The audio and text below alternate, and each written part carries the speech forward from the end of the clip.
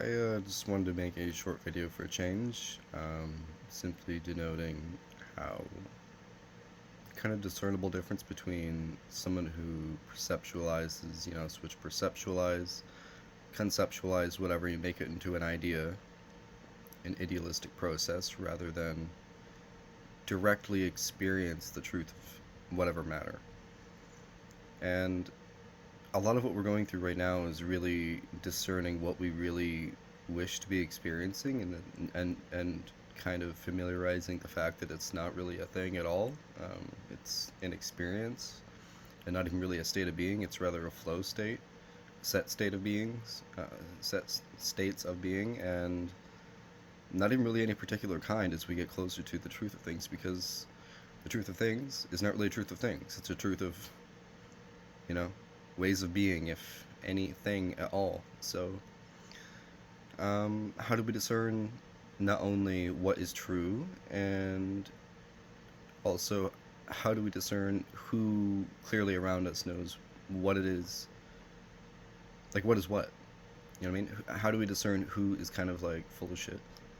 Likes to believe, create assumptions with, or conclude this, that, the next thing, and take on roles like, personal coaches and all that kind of stuff. It's like we're all personal coaches for ourselves, because you can only run by your individualized experience, and because there's various contrasts and context in your own experience. If there wasn't any contrast or context, you wouldn't even have what you call your own experience. It would just be experience, and don't you know, we're all experiencing this. This is what we experience. You know what I mean? Just for example, there is other planets where there is kind of like what we call a hive mind, like bees, like they all connect to the same kind of wavelength, and they all generally have the same kind of, not really a mind, but you know what I mean, like a mindset. There's like a set state of how things are organized and function as. And since that is not the case for human beings, we have this beautiful opportunity to discern this experience from another experience, and kind of um, amplify where we want to go with that, create a trajectory, and that's kind of living a life that you desire. And at the same time, getting back to it, what we ultimately desire is to live a life beyond what we can actually even imagine, feel, perceive in any way that we would think otherwise that we would desire. Because it's just like when someone says live your dream, it's kind of like, just as an example, it's kind of like you're forgetting also the fact that your dream should have some life. You know what I mean? Instead of like live your dream, dream your life, live your dream. You know what I mean? Like actually have the vivaciousness, the actual verve of life, what gives it real magic and fundamental essence to begin with. If you don't have that, then I mean, what do you really have? You can have all the things. You can have, the craziest hallucinations, whatever it is that you specialize in your experience and you create as a kind of plateau. None of it really means anything if it doesn't mean anything to you. If it has, and I don't mean create a meaning in your mind, I mean it has an actual existential impact in your experience, and you're like, wow, this is really fucking something. If it's not that, then what the hell is it? It's not really much of anything to you, is it? Fundamentally, does not have an impact, does not really swoon or sway you in any real way. Therefore, how does it really change your life? I mean, like, for example, if you live your dream is not exactly a crazy thing, because it's already familiar for one. So if you know what the dream is, and you've already familiarized it, and you've already lived it in some sense, even if you haven't really manifested it, the full physical in all the different ways that you can imagine and perceive it, you've still lived it already in some way. So no matter how you go about it, I mean, living what you perceive as the ultimate has already been experienced, and it's already being lived through you in some way.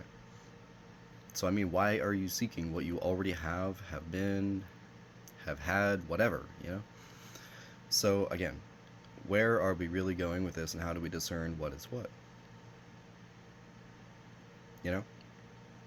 Like, what is true? Well, you don't have to persuade yourself what is true. Just like if you have an opinion on things, it should be a compliment to the truth, otherwise it's just a lying punchline, to existence. And so that, I say that because that is the way many of our desires are. They're like both unnecessary, and well, because they're unnecessary, we often forsake them, which is the mistake. It's like experience something, just like recognize how all the traumas you've gone through in your life, and recognize how all of it ended up being necessary for you to be as and how you are and what you are and everything right now, because everything's part of a due process. You know what I mean? No part is like the golden gleaming part. No part's like the dark horse, nightmarish, outlandish part of it. None of it. You may perceive it that way, but I mean, so you lose like an arm. Oh, that's like the worst thing that could ever happen to me. Okay, well, I hate to see if you lose all your limbs, you know? Like, so nothing is like the dark of the dark, nothing's the light of the light, nothing's the best of the best, nothing's the worst of the worst. There is no thing of the thing, you know? It's all polarity, it's all creating this example from that example, reflective contraries, you know? So, like, all I'm really saying is, like, appreciate where you're at in the process. There really is no better or worse. That's up to you. You know what I mean? Because one man's, you know, man, woman, whatever. One's dream is another's nightmare, and one's nightmare is another's dream. You know, like my vision of being an emperor is, you know, your vision of being like a beggar. You know, you don't see it as anything special. So like it's all a game of like plateaus, and because you haven't experienced this, so you think it's great, or because you've experienced this, you think it's bad. You know what I mean? Like it's all contrast and context. So I mean, simply not mistaking things for what they are is seeing truth. Don't ever glorify it. Simply appreciate and be grateful that you're seeing things the way they are, because that's where you actually have a sense of agency. You don't have a sense of agency and mistaking things for something else. Oh, I thought that rope was a snake. It's like, so I ran away. You know, like where is the freedom in that? You know what I mean? Like like what can you really do other than just react and then live a life by accident? So it's straight pathetic, because it's well in short of your ability to live a life that you actually deserve and are capable of living. So um, everything that you can possibly experience is contrast and context. You know what I mean? Like it has an exemplary kind of quality about it. It's exemplary because I can relate this with this. There's an example of this because there's an example of that. I can basically provide some kind of qualitative evidence that this has those qualities and this has those qualities. You know what I mean? Examples.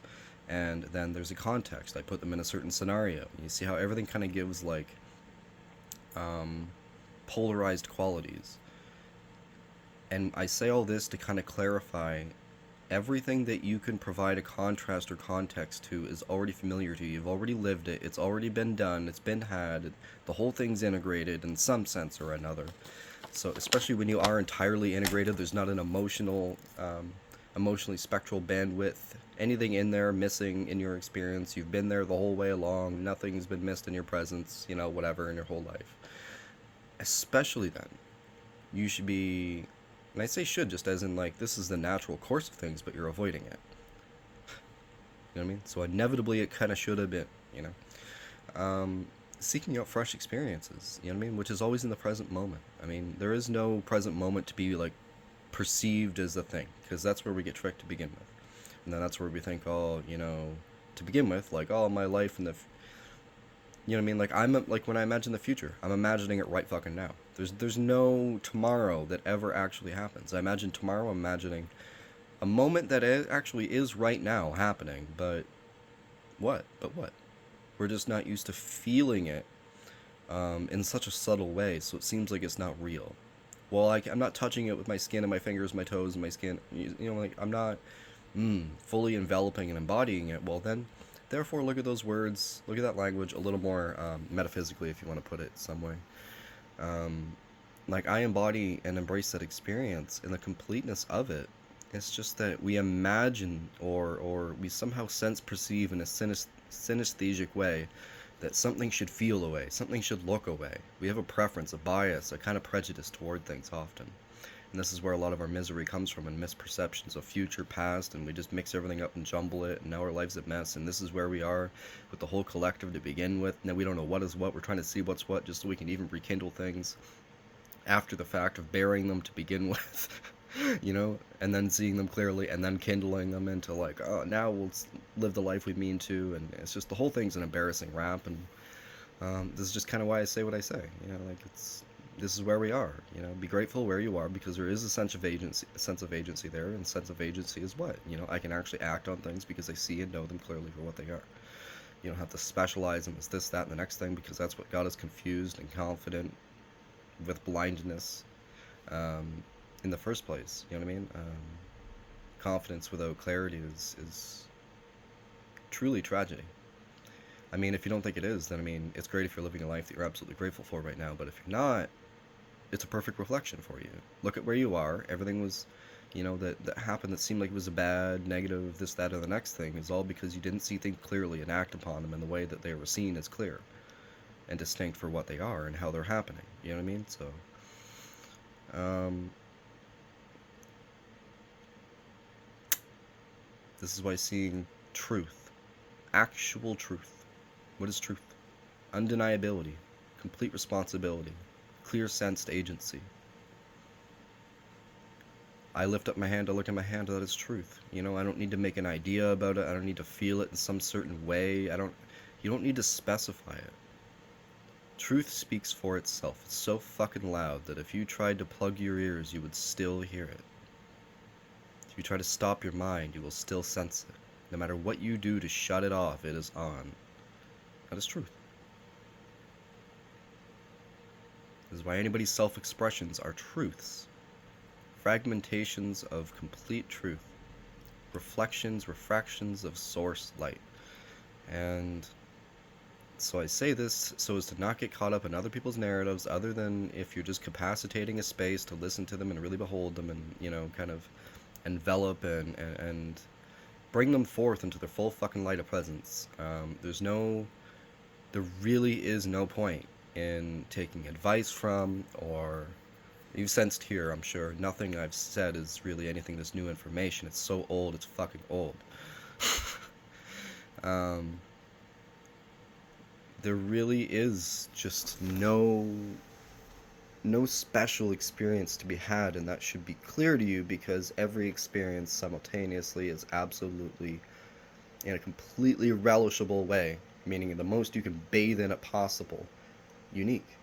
And no, just like lightning never strikes twice, it's bullshit, but as the saying goes, no experience will ever happen the same again. Be grateful where you are, appreciate the process, and work on that, and you will have everything and more that you could have ever perceptualized or comprehended ever. I love you.